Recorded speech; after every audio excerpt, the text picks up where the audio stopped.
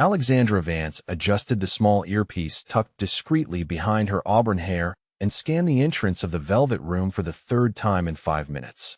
The exclusive Manhattan club buzzed with the kind of energy that only came when serious money gathered in one place. Have you ever worked security in a city that never sleeps, where every shadow could hide a threat? Tonight felt different from her usual shifts, charged with an undercurrent she couldn't quite identify. The job was supposed to be simple. Stand near the entrance, check credentials, maintain a professional demeanor, and blend into the background. For someone with her training, it should have been the easiest money she'd ever made.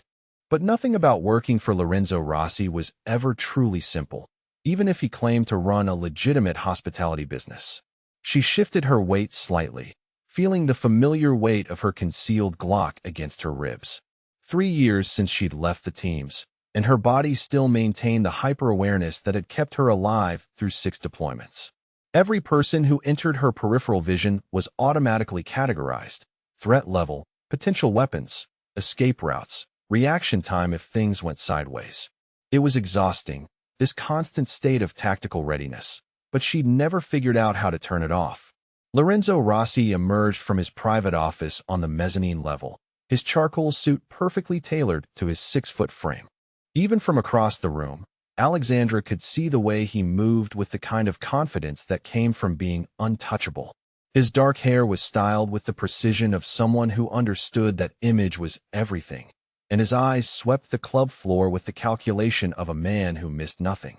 Their gazes met briefly across the crowded space. He nodded almost imperceptibly, the kind of acknowledgement that passed between employer and employee. Alexandra returned the gesture and resumed her position, but she could feel his attention lingering on her longer than usual. Lorenzo had a reputation for reading people, for knowing exactly what kind of person he was dealing with within minutes of meeting them. She wondered what he saw when he looked at her. The club's main floor stretched out in elegant curves of black marble and gold accents. Chandeliers cast warm light over clusters of leather seating where New York's elite gathered for drinks that cost more than most people's weekly groceries. The music was sophisticated jazz, played at a volume that encouraged intimate conversation while masking the details from curious ears. It was the perfect environment for the kind of business that required discretion. Alexandra had been working at the Velvet Room for 8 months now, ever since her security consulting firm had placed her here on what was supposed to be a temporary assignment. The pay was exceptional, the hours were reasonable, and Lorenzo's staff was professional. She'd been ready to find something more permanent when Lorenzo had offered her a full-time position with benefits that included a salary that doubled her military pension. The offer had been too good to refuse, even if it meant working for a man whose reputation in certain circles was far from pristine. She'd done her research before accepting. Lorenzo Rossi was connected to old Italian families, the kind that had been part of New York's fabric for generations. His businesses were technically legitimate: 3 upscale restaurants, 2 nightclubs, and a small chain of boutique hotels.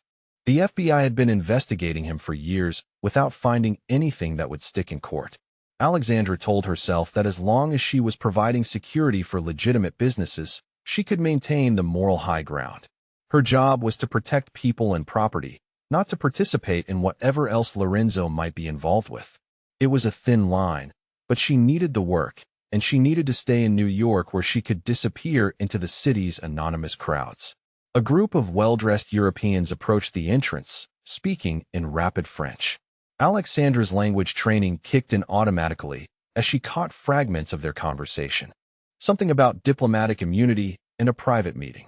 The man leading the group was tall and sharp-featured, wearing a navy suit that screamed government official. The woman beside him was younger, maybe late 30s, with the kind of polished appearance that suggested serious money or serious power, possibly both.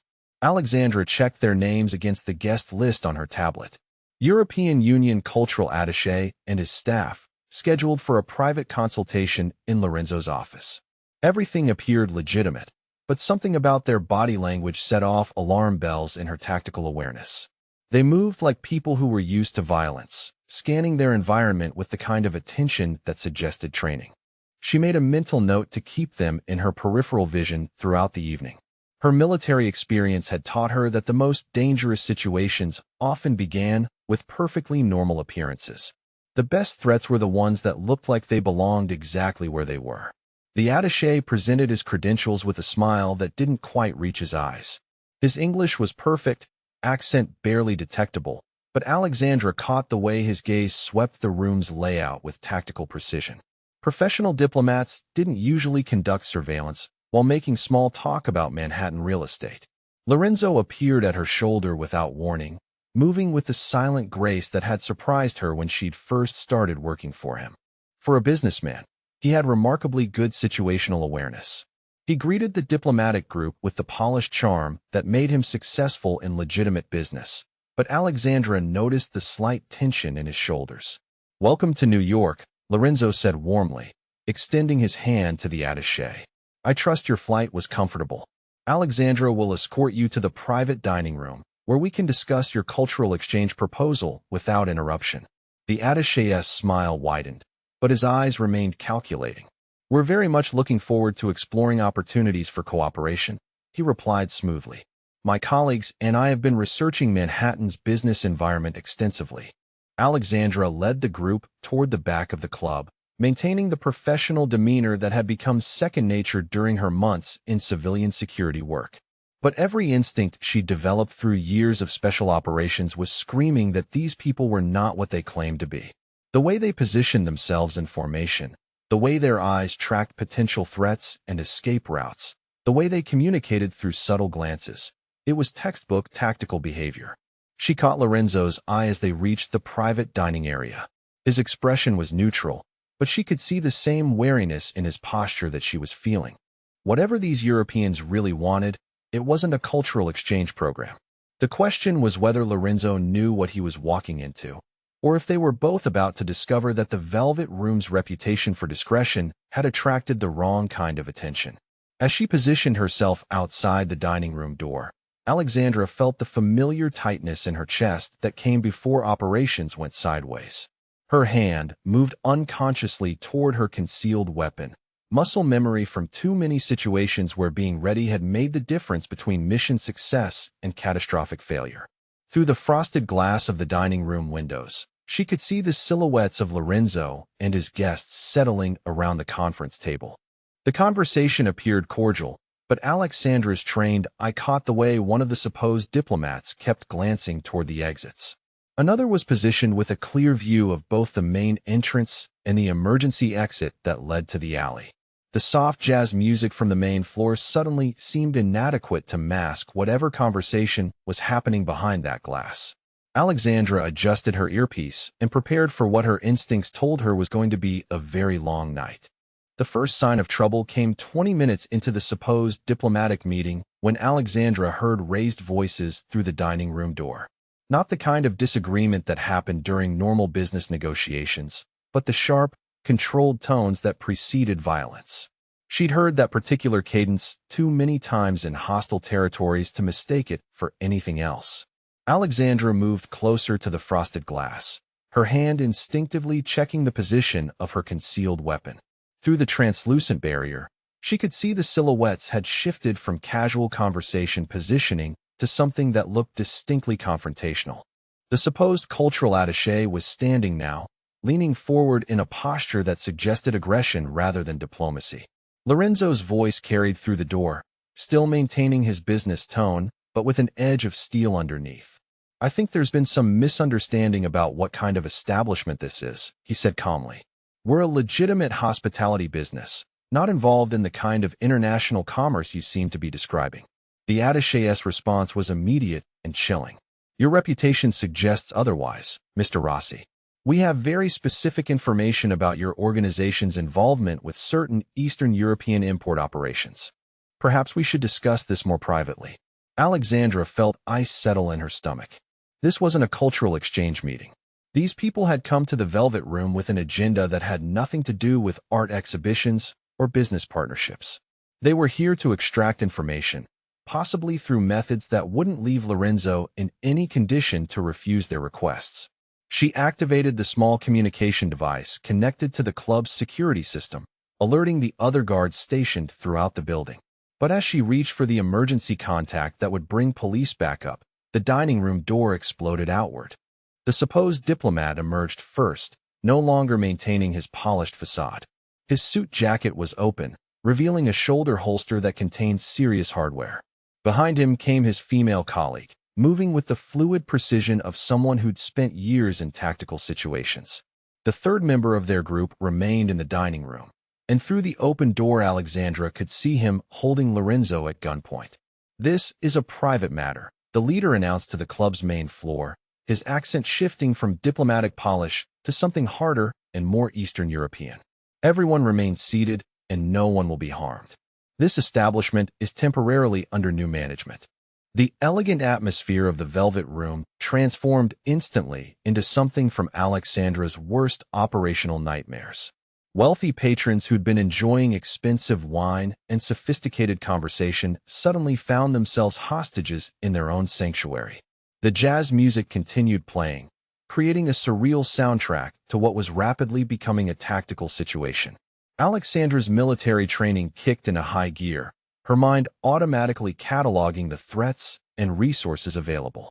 3 armed professionals, unknown additional weapons, approximately 40 civilian hostages including staff, limited cover options in the open floor plan, and one extremely dangerous choice to make. She could maintain her cover, call the authorities, and hope the police tactical team could resolve the situation without civilian casualties. Or she could act on her training and risk exposing everything she'd worked to keep hidden for the past 3 years. Through the open dining room door, she heard Lorenzo's controlled voice responding to whatever demands were being made. "I understand you believe I have access to certain information," he said carefully, "but threatening my guests and staff is only going to make your situation more complicated than it needs to be."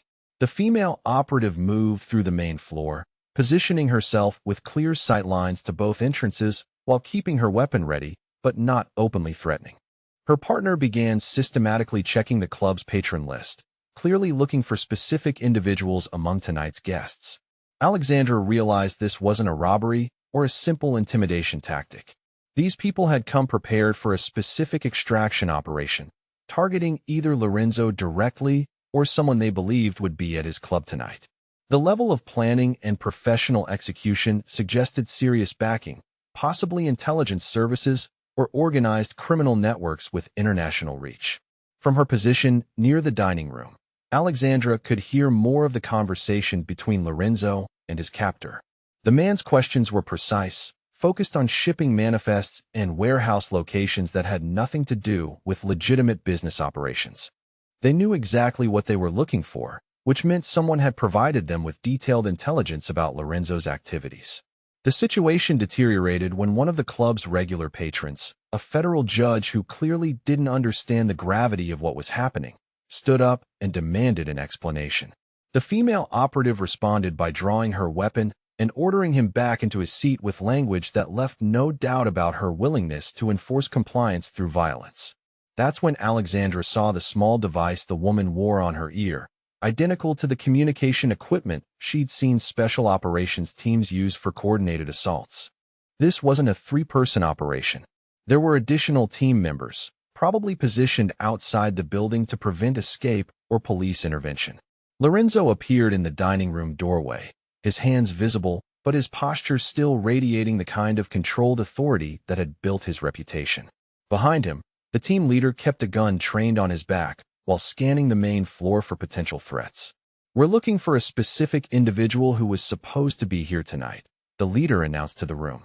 "Dr. Mikhail Petrov, cultural liaison to the United Nations. If Dr. Petrov identifies himself immediately, this situation can be resolved without further complications." A distinguished older man near the bar raised his hand slowly.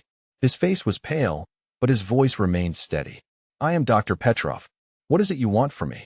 Alexandra's blood ran cold as she realized the true scope of what was happening.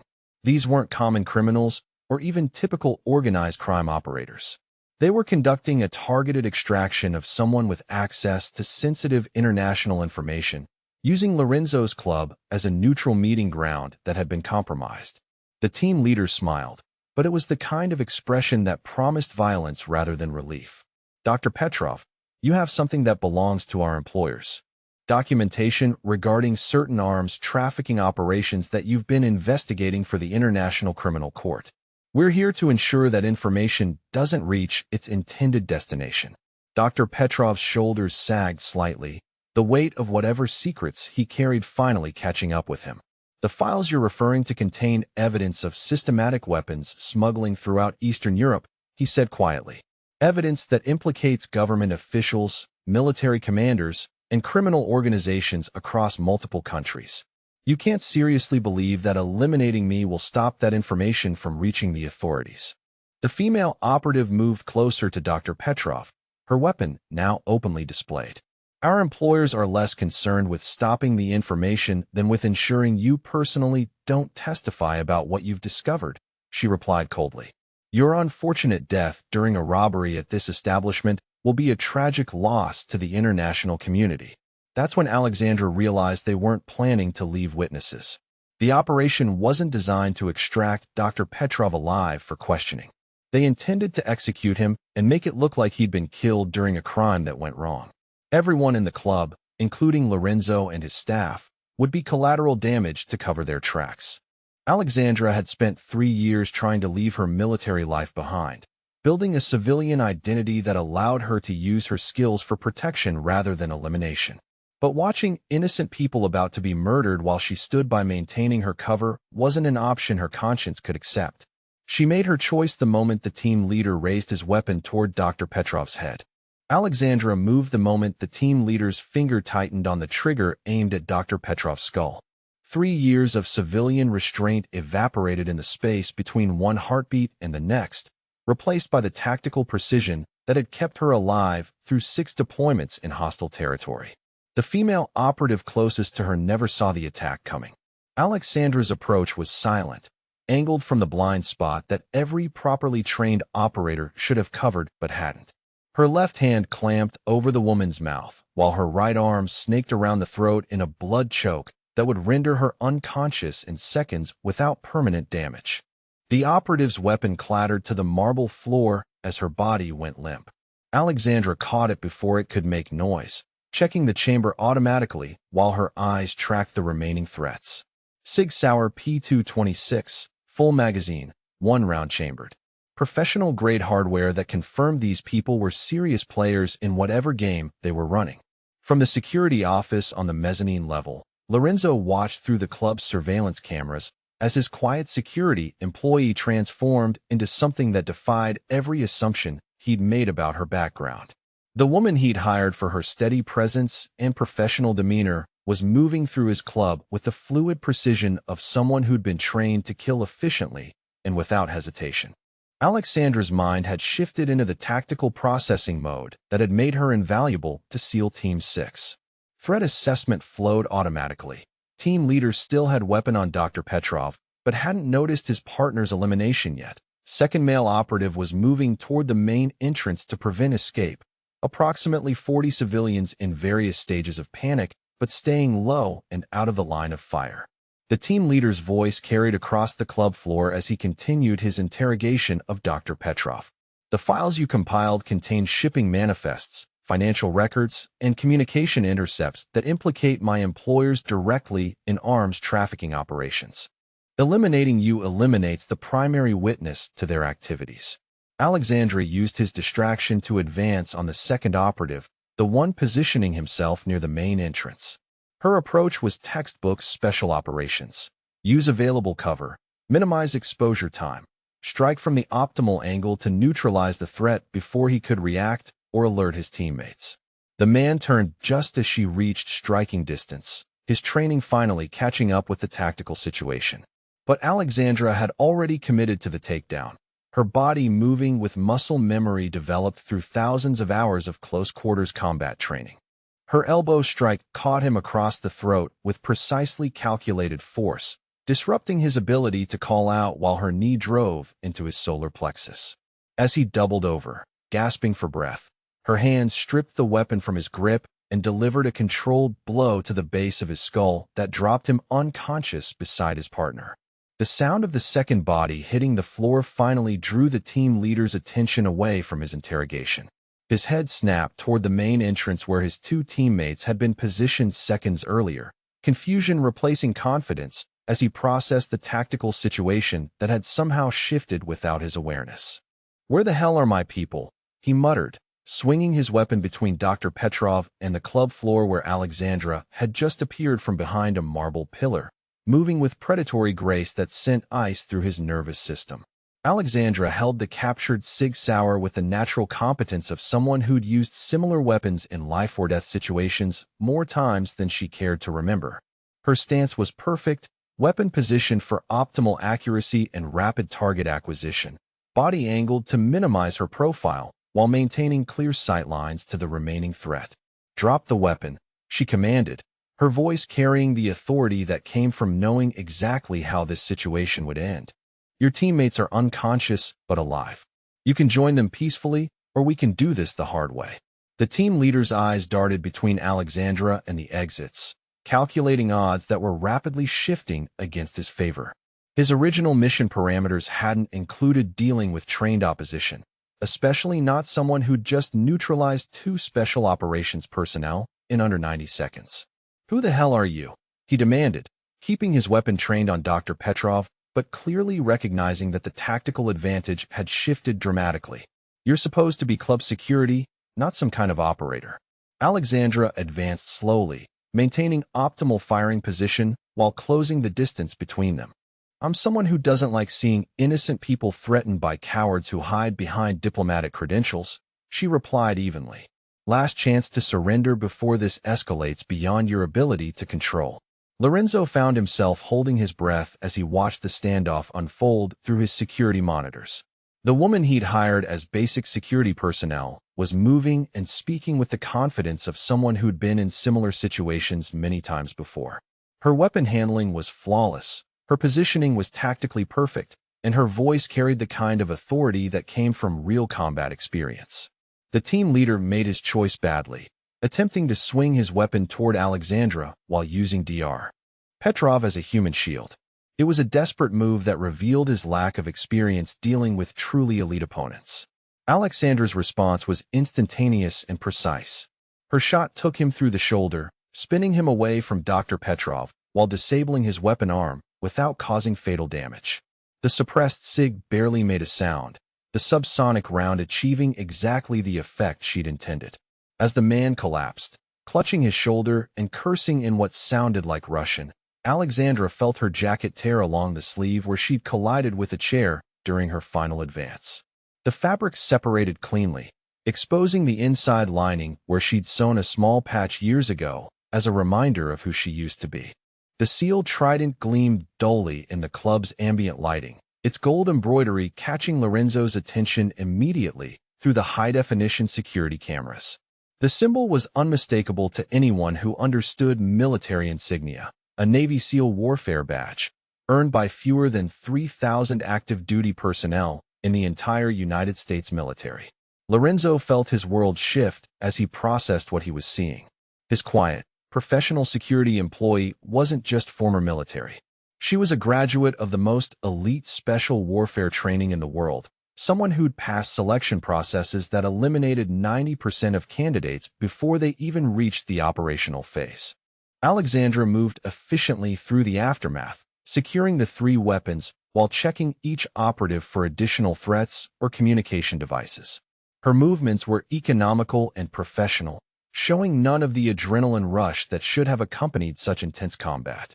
Dr. Petrov remained frozen near the bar, his face pale, but his hands steady as he processed what had just happened. "Ma'am," he said quietly, "I don't know who you are, but you just saved my life and possibly prevented an international incident." Alexandra helped him to a chair while keeping the captured weapons within easy reach. "The police will want a full statement about what these people were after," she told him calmly. "I suggest you have your embassy contact the State Department immediately to ensure proper handling of whatever evidence you're carrying." She activated her communication device and called an all-clear to the building's security team, then contacted NYPD dispatch with a professional report that summarized the incident as an attempted robbery interrupted by security personnel. Her voice was calm, precise, and gave no indication that she'd just engaged in close-quarters combat with trained operatives. When the authorities arrived 20 minutes later, they found 3 unconscious suspects, one with a shoulder wound that had been properly bandaged to prevent serious blood loss, and approximately 40 witnesses who confirmed that the club's security officer had acted to protect innocent lives during an armed robbery attempt. Alexandra answered questions with the kind of competent brevity that impressed the responding officers, while revealing nothing about her background beyond basic security credentials. She provided statements that were accurate without being complete, described actions that were heroic without seeming extraordinary, and maintained the professional demeanor that made her story believable to people who didn't understand the level of skill they'd actually witnessed. As the ambulance transported the wounded operative and the police finished their preliminary investigation, Lorenzo made his way down from the security office. His expression was carefully neutral, but Alexandra could see the questions in his eyes as he approached her near the club's entrance. The torn fabric of her jacket hung loose around her left arm, the seal, trident, still partially visible despite her attempts to adjust the material. Lorenzo's gaze went directly to the patch, then back to her face, and she realized that her carefully constructed civilian identity had just been permanently compromised. "We should probably discuss what happened here tonight," Lorenzo said quietly, his voice carrying none of the casual employer authority she'd grown accustomed to over the past 8 months. "Perhaps we could continue this conversation in my office, where we have more privacy." Alexandra nodded, knowing there was no way to avoid the confrontation that was about to reshape everything about her situation at the Velvet Room. The patch that had been meant as a private reminder of her service had just become evidence of capabilities that would change how Lorenzo saw her forever. Lorenzo's private office occupied the entire top floor of the Velvet Room, with floor-to-ceiling windows that offered a commanding view of Manhattan's glittering skyline. The space was elegantly furnished with dark leather and polished wood, creating an atmosphere that suggested serious business conducted by serious people.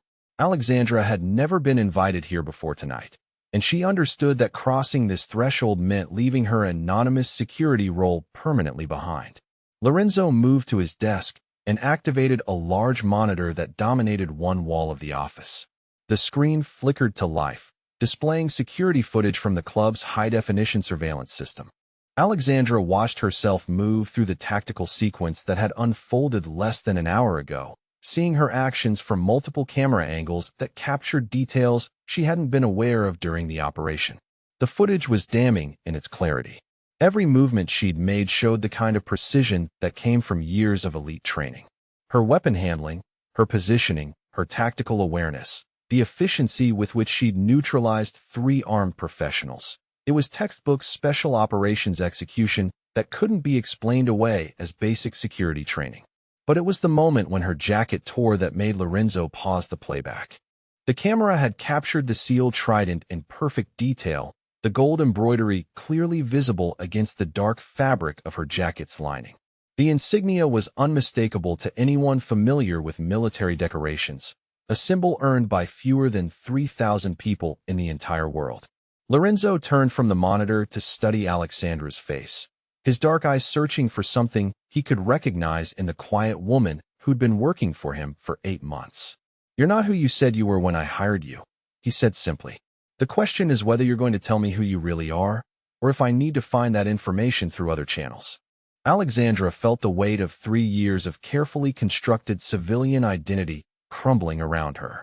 She'd known this moment might come eventually, but she'd hoped to have more time to establish herself in a life that didn't revolve around violence and death. The irony wasn't lost on her that protecting innocent people had been what exposed her true nature. "My name is Alexandra Vance," she said quietly. "Former Petty Officer First Class, Navy Special Warfare Development Group. I served 6 deployments in Afghanistan, Iraq, and classified locations between 2018 and 2022. I received an honorable discharge after requesting separation from active duty." Lorenzo's expression remained neutral, but she could see him processing the implications of what she'd just revealed. SEAL Team 6 wasn't just elite military. It was the Tier 1 unit that handled the most sensitive operations for the Defense Department. People with that level of training didn't typically end up working security at nightclubs unless something significant had driven them away from their military careers. "Why did you leave?" Lorenzo asked, settling into the leather chair behind his desk. People don't walk away from that kind of career unless something goes very wrong or they have compelling reasons to disappear. Alexandra moved to the window, looking out at the city lights while she decided how much truth she was willing to share. "The official reason was completion of my service obligation and desire to transition to civilian life," she said carefully. "The real reason was that I lost my entire team during a classified operation that went sideways because someone leaked our mission parameters to the enemy." The words came out flat and emotionless, but Lorenzo could see the tension in her shoulders and the way her hands remained perfectly still at her sides. He'd seen enough combat veterans to recognize someone who'd survived trauma that most people couldn't imagine, let alone process in healthy ways. 7 people died because someone with access to classified information sold our location and mission details to hostile forces, Alexandra continued. "I was the only survivor, and the investigation into how our operation was compromised led nowhere. The people responsible were never identified, never held accountable. I couldn't stay in an organization where I didn't know who to trust." Lorenzo understood betrayal on a level that most people never experienced. Growing up in a family where loyalty was everything and betrayal was often fatal, he learned early that trust was the most valuable and dangerous commodity in any organization. The fact that Alexandra had survived such betrayal and still chosen to use her skills protecting people rather than seeking revenge told him something important about her character. "My father was Army," Lorenzo said, surprising Alexandra with the personal revelation. 82nd Airborne, 3 tours in Vietnam. "He taught me that military service was about protecting people who couldn't protect themselves, regardless of the politics or bureaucracy that sometimes got in the way. I've never forgotten that lesson." Alexandra turned from the window, studying Lorenzo's face for any sign that he was manipulating her with calculated sympathy. But his expression seemed genuinely respectful, and she realized that his understanding of military service might be more personal than she'd expected from someone with his reputation. "The reality is that your cover is blown," Lorenzo continued, leaning back in his chair. "After tonight's incident, there will be questions about how a simple security guard managed to neutralize 3 trained operatives without backup or specialized equipment. The police reports will be filed, insurance claims will be processed, and people will start connecting dots that lead back to you." Alexandra knew he was right. She'd managed to maintain her anonymity for 3 years by avoiding exactly the kind of situation that had unfolded tonight. But protecting innocent lives had always been more important to her than protecting her carefully constructed civilian identity. She'd made the same choice she would make again if faced with similar circumstances. "What are you suggesting?" she asked, though she suspected she already knew where this conversation was heading. Lorenzo stood and moved to a cabinet that contained several bottles of expensive whiskey. He poured 2 glasses of what looked like single malt scotch and offered one to Alexandra. "I'm suggesting that trying to maintain your anonymous security role after tonight would be both dangerous and pointless," he said. "You've demonstrated capabilities that make you invaluable to my organization, and I'd like to offer you a position that matches your actual skill set." Alexandra accepted the glass, but didn't drink, waiting for him to explain exactly what kind of position he had in mind. She'd researched Lorenzo's business operations thoroughly before accepting employment, and she knew that his legitimate enterprises were only part of a much larger organizational structure. "Head of security for all my business operations," Lorenzo explained. "Significant salary increase, comprehensive benefits, and the kind of resources that would allow you to use your skills protecting people who need protection. The work would be challenging, but it would be legitimate security work, not participation in any activities that would compromise your moral standards." The offer was generous, probably too generous, and Alexandra found herself wondering what Lorenzo's motivations really were. Men like him didn't achieve their level of success by making decisions based purely on sentiment or respect for military service. There had to be practical advantages to employing someone with her background and capabilities. "What's the catch?" she asked directly. "You don't offer positions like that without expecting something specific in return." Lorenzo smiled, the first genuine expression of humor she'd seen from him during their entire conversation. The catch is that working directly for me instead of through a security contracting firm means your employment becomes much more visible to people who pay attention to such things. You'd be giving up any remaining anonymity in exchange for legitimate work that uses your actual skills. Alexandra weighed the alternatives. She could refuse Lorenzo's offer and attempt to find another anonymous security position, but tonight's incident had probably made that impossible. News of the attempted robbery and her role in stopping it would spread through security industry networks within days. Her tactical response had been too professional, too precise, to attribute to basic training or lucky improvisation. The other option was accepting that her civilian anonymity was gone and finding ways to use her military background productively rather than hiding from it.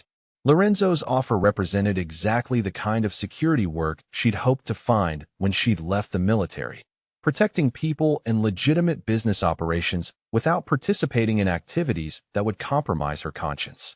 I'll need guarantees about what kind of operations you'd expect me to be involved with, Alexandra said finally. I left the military because I was tired of killing people, and I'm not interested in starting again just because the pay is better. Lorenzo nodded, understanding the distinction she was making. My legitimate businesses face genuine security challenges that require professional expertise, he explained. Corporate espionage, theft, fraud, and occasionally dealing with people who think intimidation is an acceptable business practice. The work would involve protection, investigation, and deterrence, not elimination. Alexandra realized this might be the best opportunity she was likely to find for using her skills in ways that aligned with her desire to protect rather than destroy.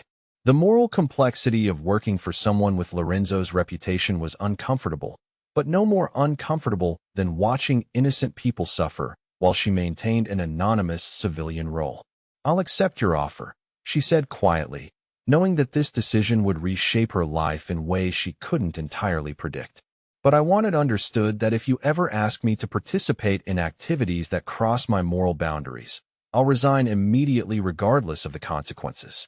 Lorenzo extended his hand, and Alexandra shook it with the firm grip of someone who understood that agreements made in private offices like this one were often more binding than legal contracts. You have my word, he said simply.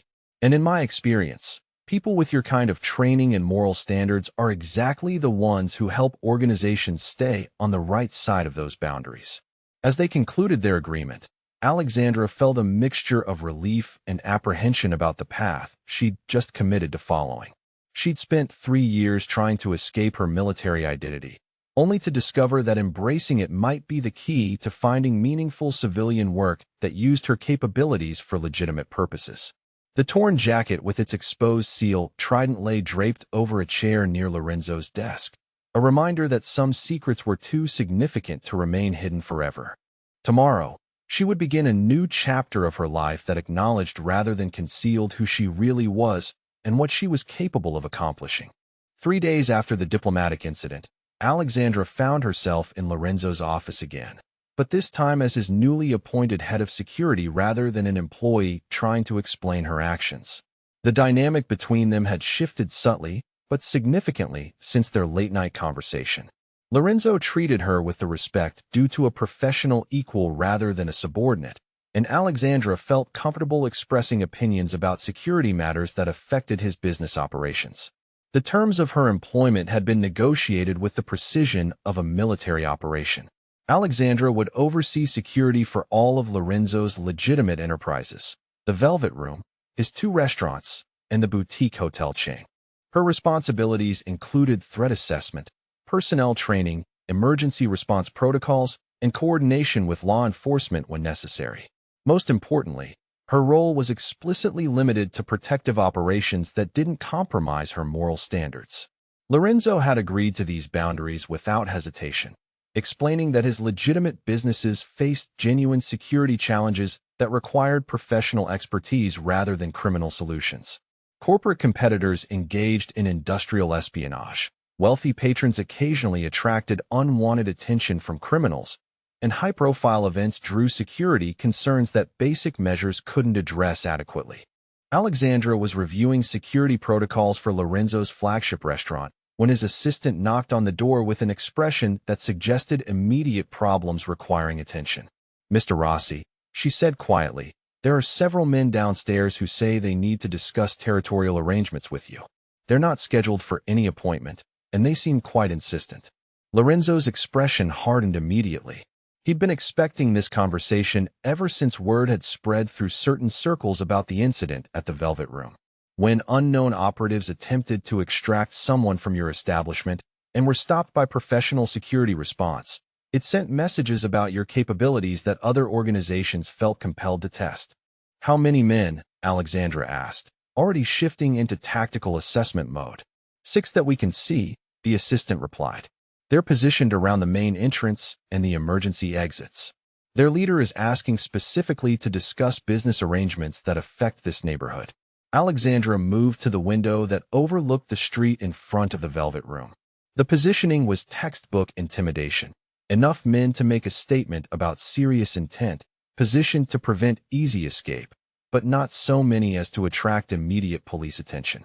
These people were professionals who understood how to apply pressure without crossing lines that would bring law enforcement response. The Torino family, Lorenzo said grimly, recognizing the tactical signature from previous encounters. They've been trying to expand their influence in Manhattan for the past 2 years. The incident with the European operatives probably convinced them that I have resources worth acquiring or neutralizing. Alexandra studied the men positioned around the building through the office's telescopic security camera. Their clothes were expensive but not flashy, their positioning was disciplined, and their leader was conducting himself with the kind of confidence that came from expecting compliance rather than resistance. This wasn't a desperate grab for territory by small-time criminals. This was a calculated move by people with resources and experience. What kind of business arrangements are they likely to propose? Alexandra asked, though she suspected she already knew the general parameters of such negotiations. Protection services at rates that consume most of the profit from legitimate operations, Lorenzo explained. Exclusive catering contracts for events they control. Percentage ownership of successful businesses in exchange for continued permission to operate. The standard approach for organizations that prefer systematic exploitation to outright theft. Alexandra felt her tactical instincts engaging as she processed the situation. 6 men positioned strategically around the building, unknown backup or weapons, civilian patrons and staff inside who could become collateral damage if the situation escalated. The kind of complex threat environment that required careful planning to resolve without casualties. We could call the police, she suggested, though she already knew that wasn't a viable solution. Lorenzo shook his head. They're not technically threatening anyone or breaking any laws by standing on public sidewalks and requesting a business meeting. By the time police could respond to a complaint, they'd either be gone or they'd have escalated to actions that would put innocent people at risk. Alexandra moved to the security monitor and began reviewing camera feeds from different angles around the building. The Torino positioning was professionally executed, but it also revealed assumptions about the kind of resistance they expected to encounter. They'd prepared for basic security measures, but probably hadn't anticipated dealing with someone with her level of training. I can handle this, she told Lorenzo quietly. But I need to know you're comfortable with me using methods that might be more aggressive than typical security responses. Lorenzo studied her face, understanding that she was asking permission to engage these men with the full extent of her capabilities. You have complete authority to protect this establishment and everyone in it, he said simply. Use whatever methods you consider necessary. Alexandra spent 10 minutes developing a tactical plan that would neutralize the threat while minimizing risk to innocent bystanders. The approach she settled on was designed to demonstrate superior capability rather than inflicting maximum damage, sending a message that would discourage future attempts at intimidation. She began by coordinating with the club's existing security staff, positioning them to protect civilian areas while staying clear of the tactical zones where she would be operating. The other guards were competent professionals, but they weren't trained for the kind of operation she was about to conduct. Alexandra exited the building through a service entrance that the Torino surveillance hadn't covered, moving with the silent precision that had made her valuable to special operations. Her approach took her through the underground parking structure and up through an adjacent building, giving her positional advantage that the men outside hadn't anticipated. The first 2 operatives were eliminated before they realized they were under attack. Alexandra's approach was surgical: disable, disarm, and neutralize without permanent damage. Both men were unconscious within 90 seconds, their weapons secured, and their communication devices destroyed. The remaining 4 men responded to the loss of contact with their teammates by moving toward the building's main entrance, exactly as Alexandra had predicted they would. But their tactical formation was designed for intimidation rather than combat, and their positioning left them vulnerable to someone with superior training and better understanding of the urban environment. Alexandra's engagement of the remaining 4 was a masterclass in applied tactical doctrine. She used the building's architecture for cover, engaged targets from optimal angles, and maintained constant movement to prevent effective return fire. Within 5 minutes, all 6 members of the Torino team were unconscious, disarmed, and secured with flex ties from her security kit. Lorenzo watched the entire operation through the building's security cameras, seeing his new head of security demonstrate exactly why her military background made her invaluable to his organization. Her methods were efficient, professional, and achieved complete tactical success without civilian casualties or property damage. When the authorities arrived, they found 6 men suffering from what appeared to be coordinated mugging incidents scattered around several blocks near the Velvet Room. The men's statements about attempting to conduct business meetings were inconsistent and unconvincing, especially since they were all carrying illegal weapons and had no legitimate explanation for their presence in the area. Alexandra provided police with security footage that showed the men positioning themselves around the building in a pattern consistent with surveillance or intimidation tactics. Her report described appropriate security responses to potential threats against the establishment and its patrons, emphasizing her responsibility to protect innocent people from possible criminal activity. 2 hours after the incident began, Lorenzo stood in his office with Alexandra as they reviewed the tactical success of their first joint operation.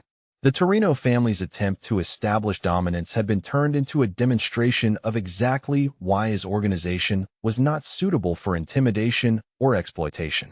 The message this sends will reach other families within 24 hours, Lorenzo explained. Professional security that can neutralize 6 armed men without civilian casualties or police complications isn't something most organizations are prepared to deal with. Alexandra found herself experiencing something she hadn't felt since leaving the military: the satisfaction of using her skills for clearly legitimate purposes. Protecting innocent people from criminal exploitation was exactly the kind of work she'd hoped to find in civilian life. The moral complexity of working for Lorenzo was balanced by the certainty that her actions had prevented harm to people who deserved protection. "I want to make an announcement to the staff," Lorenzo said. "Everyone who works for my organization should understand that our security capabilities have been significantly upgraded. It will help them feel safer, and it will ensure that word spreads about our new security arrangements." That evening, Lorenzo gathered the staff of all his establishments for a meeting that officially introduced Alexandra as head of security for the organization. His introduction was brief but clear. Alexandra Vance would be responsible for protecting all personnel and patrons, and her authority in security matters was absolute.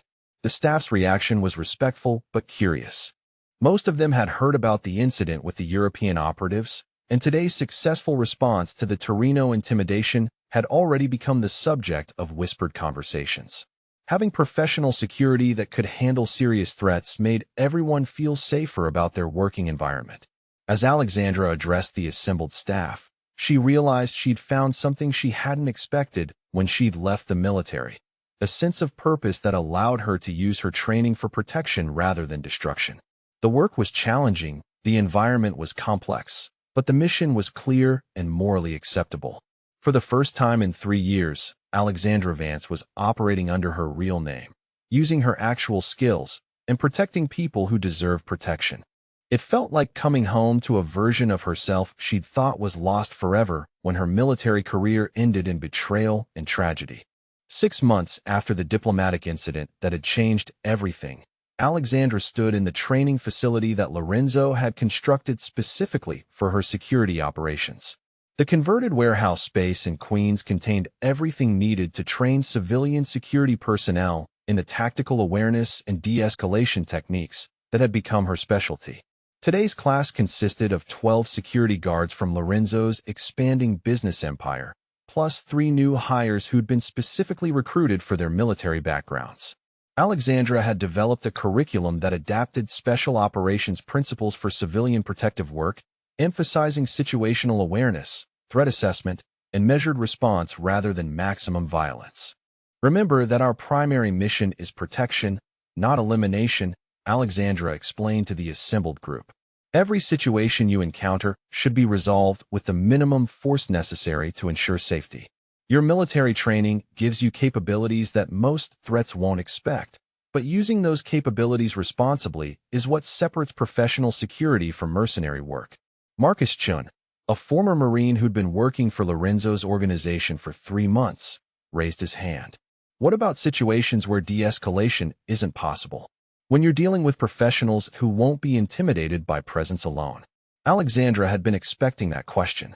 It came up in every training session as former military personnel struggled to adapt their combat experience to civilian protection requirements.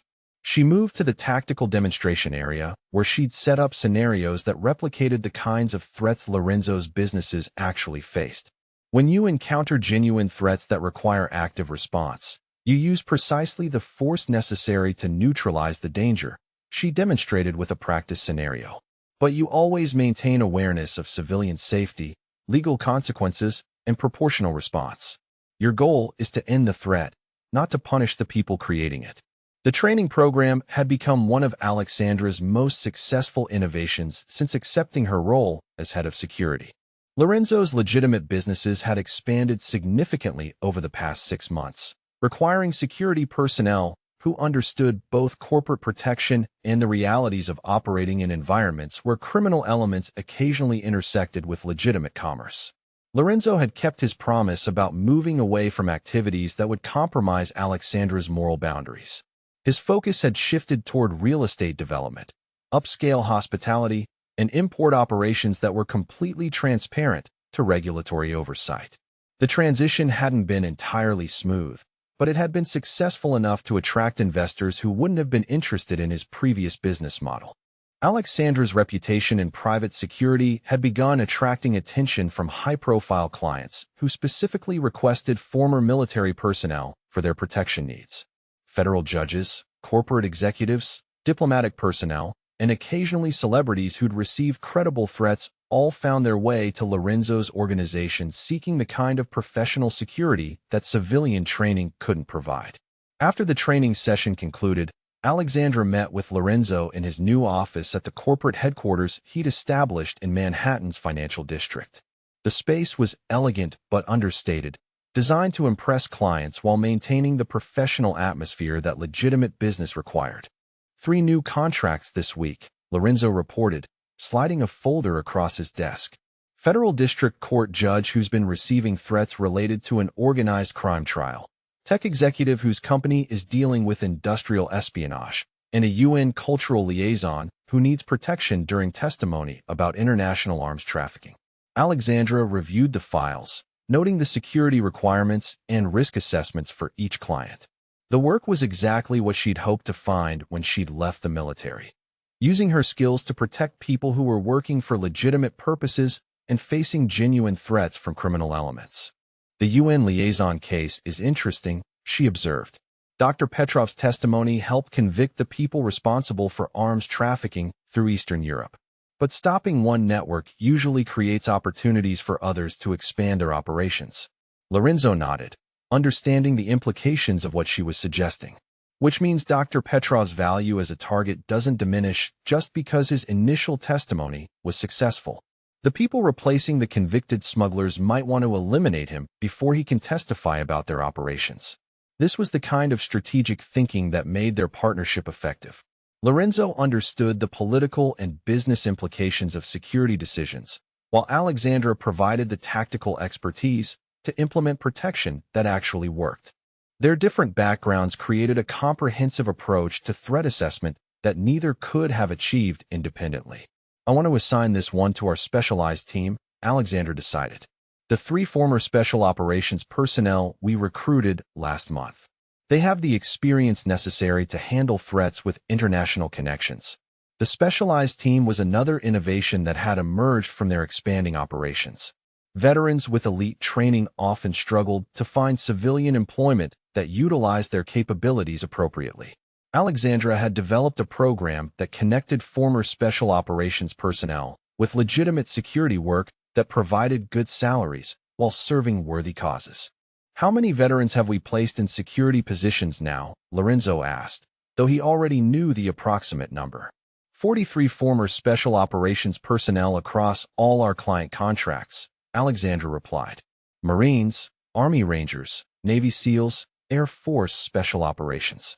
Most of them were struggling to find meaningful civilian work before we created opportunities that matched their capabilities. The veteran placement program had become personally meaningful to Alexandra as she watched former military personnel discover that their training had valuable civilian applications.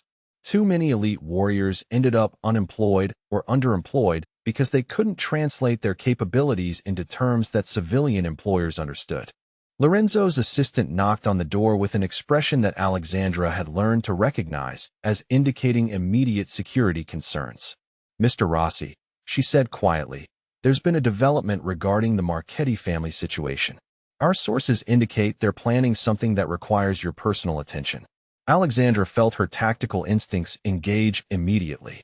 The Marchetti family controlled significant criminal operations throughout New Jersey and had been testing the boundaries of Lorenzo's legitimate business territory for the past month. Their probing had escalated from casual inquiries about business partnerships to more direct attempts at establishing influence. "What kind of development?" Alexandra asked, already beginning to calculate response options. 3 vehicles positioned around the financial district office building where we're meeting with investors tomorrow, Lorenzo's assistant explained. "Professional surveillance, rotating positions every few hours to avoid detection. They're gathering intelligence about our business operations and security arrangements." Lorenzo and Alexandra exchanged glances that communicated their shared understanding of what this situation required. The Marchetti surveillance represented exactly the kind of threat that their partnership had been designed to handle. Criminal elements attempting to interfere with legitimate business operations. Alexandra moved to the secure communication system that connected Lorenzo's offices with their security teams throughout the city. Within minutes, she had coordinated a response that would identify the surveillance teams, document their activities, and determine the scope of whatever operation they were planning. "Counter-surveillance initiated," she reported to Lorenzo. "We'll have complete intelligence about their operation within 2 hours, including vehicle identification, personnel count, communication methods, and probable objectives." The response was precisely the kind of professional security operation that had made their organization's reputation.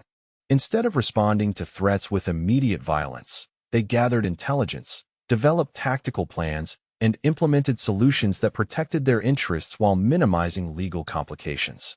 2 hours later, Alexandra had developed a comprehensive assessment of the Marchetti surveillance operation. Their intelligence gathering was focused on Lorenzo's upcoming investor meeting, suggesting they intended to disrupt or monitor negotiations that would expand his legitimate business empire. "They're planning to interfere with tomorrow's meeting," Alexandra concluded after reviewing the surveillance data. "Probably intimidation tactics designed to convince your investors that doing business with you involves unacceptable security risks." Lorenzo studied the tactical assessment that Alexandra had prepared. Her analysis included detailed information about Marchetti personnel, their positioning, probable weapons and communication equipment, and recommended responses for neutralizing their operation without escalating to violence. "This is exactly why I needed someone with your background," Lorenzo said, appreciating the thoroughness of her preparation. "Most security consultants would recommend either calling the police or responding with equal intimidation. You've developed a solution that protects our business interests while staying within legal boundaries." Alexandra's recommended response involved coordinated timing that would document the Marchetti surveillance for law enforcement while demonstrating superior capability that would discourage future interference. The operation required precise coordination between multiple security teams, but it would send a clear message about the futility of attempting to disrupt legitimate business operations. The next morning, the Marchetti surveillance team discovered that their every movement was being monitored, documented, and transmitted to both federal law enforcement and their own family leadership. The professional nature of the counter-surveillance made it clear that Lorenzo's organization possessed capabilities that most criminal enterprises couldn't match. By afternoon, the Marchetti family had withdrawn their surveillance teams and sent diplomatic communications expressing their desire to avoid any misunderstandings about territorial boundaries. Their attempt at intimidation had been turned into a demonstration of exactly why Lorenzo's legitimate businesses were protected by security measures they couldn't overcome. As Alexandra and Lorenzo reviewed the successful conclusion of their latest security operation, she realized how completely her life had transformed since the night her jacket had torn and exposed the SEAL trident. The work she was doing now utilized all of her military capabilities while serving purposes she could be proud of defending. Lorenzo had become more than an employer. He'd become a partner whose strategic thinking complemented her tactical expertise perfectly. Together, they'd built something unique. A security organization that protected legitimate business operations using methods that were both effective and morally defensible. The veteran placement program continued expanding, connecting former military personnel with meaningful civilian work that utilized their training for protective rather than destructive purposes. Alexandra had discovered that helping other warriors transition successfully to civilian life was almost as satisfying as the protection work itself. Standing in Lorenzo's office as the sun set over Manhattan's skyline, Alexandra felt a sense of completeness that she hadn't experienced since before her military career had ended in betrayal and loss. She'd found her place in a world that allowed her to be exactly who she was, a warrior whose skills served worthy causes and protected innocent people. The torn jacket with its exposed SEAL trident had been framed and hung on her office wall, not as a reminder of secrets that needed hiding, but as a symbol of identity that had finally found its proper expression.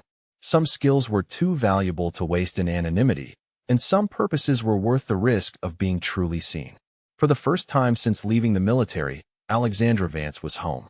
Think about the people in your life who've had to reinvent themselves after major changes. Have you ever watched someone discover that their greatest perceived weakness was actually their hidden strength? Sometimes the very experiences that we think disqualify us from the life we want are exactly what prepare us for the purpose we're meant to serve.